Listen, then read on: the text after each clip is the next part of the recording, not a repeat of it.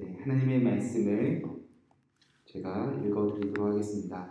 신명기 5장 20절 말씀입니다. 내 이웃에 대하여 거짓 증거하지 말지니라. 아멘. 하나님의 말씀입니다. 오늘은 신명기 5장 20절을 통하여 제9계명 내 이웃에 대하여 거짓 증거하지 말지니라 라는 말씀으로 함께 기도하도록 하겠습니다. 계속해서 거짓이 가득하고 또 죄악이 가득한 이 땅 안에서 어떻게 하나님의 나라를 회복시키고 어떻게 하나님의 나라를 다시 세울 수 있을까? 그 말씀 위에 능력이 있다. 그 하나님의 율법 위에 그 방법이 있다. 모세를 통하여 계속 이스라엘 백성들에게 선포되고 있습니다.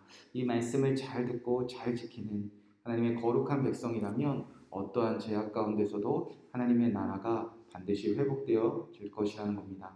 그 중심에 있는 10계명 중에 오늘은 9번째 계명입니다. 내 이웃에 대하여 거짓 증거하지 말라.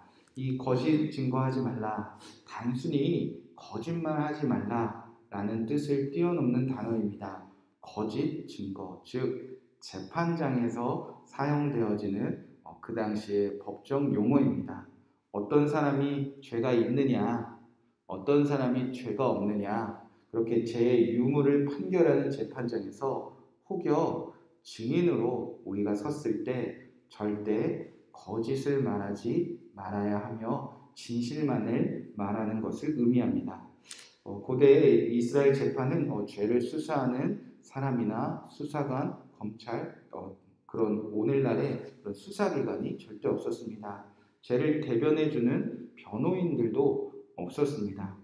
백성들 사이에 문제가 생기면 모세에게 찾아가거나 제사장인들에게 찾아가거나 장로들과 재판을 담당했던 사람들이 찾아갑니다. 그럼 항상 양쪽 이야기를 듣습니다.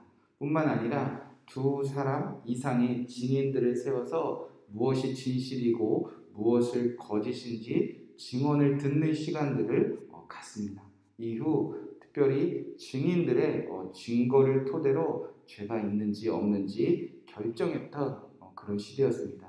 따라서 한두 사람의 진실한 증언은 죄를 지은 자가 마땅히 죄값을 받고 부지런히 징계하는 일에 결정적인 역할을 합니다. 한두 사람의 진실한 증언은 죄가 없는 자가 억울한 벌을 받거나 억울한 죄인으로 낙인 찍히는 일에서 다 살려내는 일도 합니다. 반대로 거짓된 증언들이 증거하는 자들이 섰을 때 죄를 지었음에도 불구하고 죄값을 받지 못하게도 합니다. 또 죄가 없는 자가 억울한 죄의 누명을 쓰고 죄값을 치르는 것도 모자라 평생 죄인으로 낙인 찍혀 살아가던 시대였습니다. 따라서 이 거짓 증언은 그 당시 사람의 생명과 관련되어져 있었던 일입니다. 잠언 14장 25절에 보면 진실한 증인은 사람의 생명을 구원하여도 거짓말을 뱉는 사람은 속이 느니라. 진실한 증언이 사람의 생명을 살린다는 겁니다. 하나님의 나라는 사람을 살리는 것 아닙니까? 죄인이 부지런히 죄값 받는 게 하는 것이 사람 살리는 일입니다. 다시는 죄를 짓지 못하도록 죄가 얼마나 무서운지 가르치는 곳이 하나님의 나라입니다. 그리고 죄가 없는 자는 억울함에서 풀어주고 살려주는 것이 하나님의 나라 아닙니까? 그런데 공동체 안에서 이웃들 안에서 진실한 증인들을 사라지고 거짓된 증인들이 가득하다면 어찌 생명을 구원할 수 있는 하나님의 나라가 되겠습니까? 이런 진실한 증인들이 사라진 곳에서 어찌 하나님의 나라가 이루어지고 하나님의 나라가 확장되어지겠습니까? 훗날에 이제 열왕기서에 보면 아합과 이세벨이 나봇이라는 사람의 포도원이 탐이 났습니다. 그때 사악한 이세벨이 나봇의 그 땅을 빼앗는 방법은 간단했습니다. 증인 몇 명을 섭외하는 일입니다. 거짓된 증인들을 섭외하고 나봇이 하나님과 왕을 저주했습니다. 그렇게 거짓 증인들로 증거하게 만들었습니다. 결국 나봇은 억울한 죄의 누명을 쓰고 죽임당하고 포도원을 빼앗았던 기록이 열왕기서에 있습니다. 어찌 그뿐만입니까? 이스라엘 백성들이 거짓된 증인들이 가득하자 누구까지 십자가에 못 박습니까? 예수님까지 십자가에 못 박는 끔찍한 사람들로 변해버렸습니다. 이 거짓 증언하는 사람들이 가득한 곳은 하나님의 계명을 어길 수밖에 없습니다. 하나님의 계명을 어기는 살인하지 말라는 계명도 어기게 되고요. 피해자와 몸과 마음을 간음하는 것이고요. 진실을 도둑질한 사람들이 되어지는 것입니다. 그래서 어거스틴은 거짓 증언에 대해서 이렇게 말합니다. 진실에 대한 존중이 붕괴되거나 심지어 조금이라도 약화되면 모든 것들을 의심스러워진다. 하나님의 나라는 언제나 진실해야 합니다. 하나님의 백성들은 언제나 진실해야 합니다. 특별히 죄 앞에서 진실해야 합니다. 죄인은 마땅히 죄를 받게 하는 증인들, 죄가 없는 자들은 반드시 살려주는 증인들, 그 신뢰가 깨어지지 않는 것이 바로 하나님의 나라입니다. 우리가 어떻게 거짓 증거하지 않고 살아갈 수 있을까? 우리가 주님 안에 거하는 것이라 싶습니다.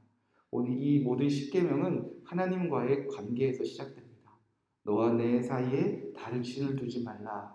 그 하나님이 언제나 오늘 나와 함께 하신다는 것을 우리가 온전히 믿을 때 우리 안에 거짓은 다 사라진다는 겁니다. 그래서 빌립보서 1장 9절 10절부터 이런 말씀이 있습니다. 내가 기도하노라 너희 사랑을 지식과 모든 총명으로 점점 더 풍부하게 하사 너희로 지극히 선한 것을 분별하며 또 진실하여 허물 없이 그리스도의 날까지 이루고 예수 그리스도를 말미암아 의의 열매가 가득하여 하나님의 영광과 찬송이 되기를 원하노라. 아멘. 우리가 서로를 위해서 기도해야 된다는 겁니다. 우리가 사랑하며 지식과 총명이 우리 안에, 가정 안에, 교회 안에, 이웃들 안에 가득하기를 우리가 스스로 서로를 위하여 기도해야 된다는 겁니다. 우리가 서로를 위해서 기도할 때 우리가 함께 지극히 선한 것을 분별해 나가며 진실 없이 허물 없이 모두가 함께 그리스도의 날까지 이르기를 예수 그리스도 안에서 우리가 기도해야 된다고 기록되어져 있습니다. 우리가 진실하게 원합니다. 가정이 진실하게 원합니다. 교회가 진실하게 원합니다. 이웃들과 살아가는 우리의 삶이 진실하게 원합니다. 죄에 대해서 마땅히 징계받게 하며 그래서 그 영혼을 살리고 또 죄가 없는 자들은 반드시 살리는 그 진실한 말을 하는 저와 여러분의 삶이 되기를 주님의 이름으로 간절히 축복의 말씀을 드립니다. 이 말씀 붙잡고 우리가 함께 기도하도록 하겠습니다. 내 이웃에 대하여 거짓 증거하지 말라.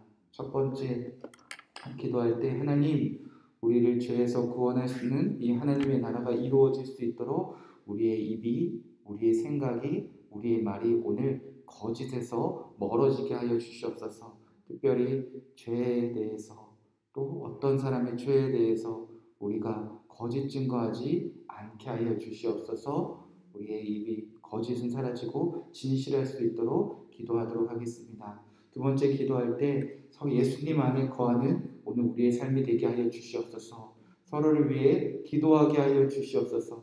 예수님 안에서 함께 서로를 위해서 기도할 때 진실하며 허물 없이 그리스도의 날까지 함께 이룰 수 있다 기록되어져 있습니다.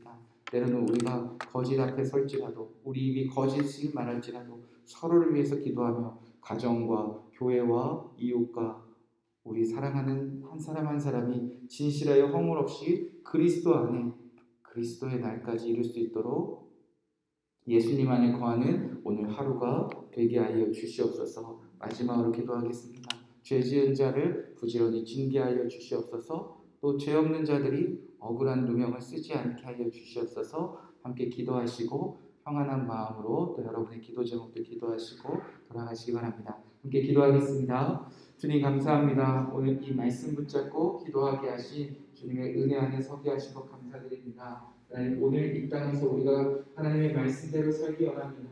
하나님의 말씀대로 살아갈 때에 아버지 이 땅에 하나님의 나라가 이루어질 것을 믿습니다. 하나님 우리가 부족하지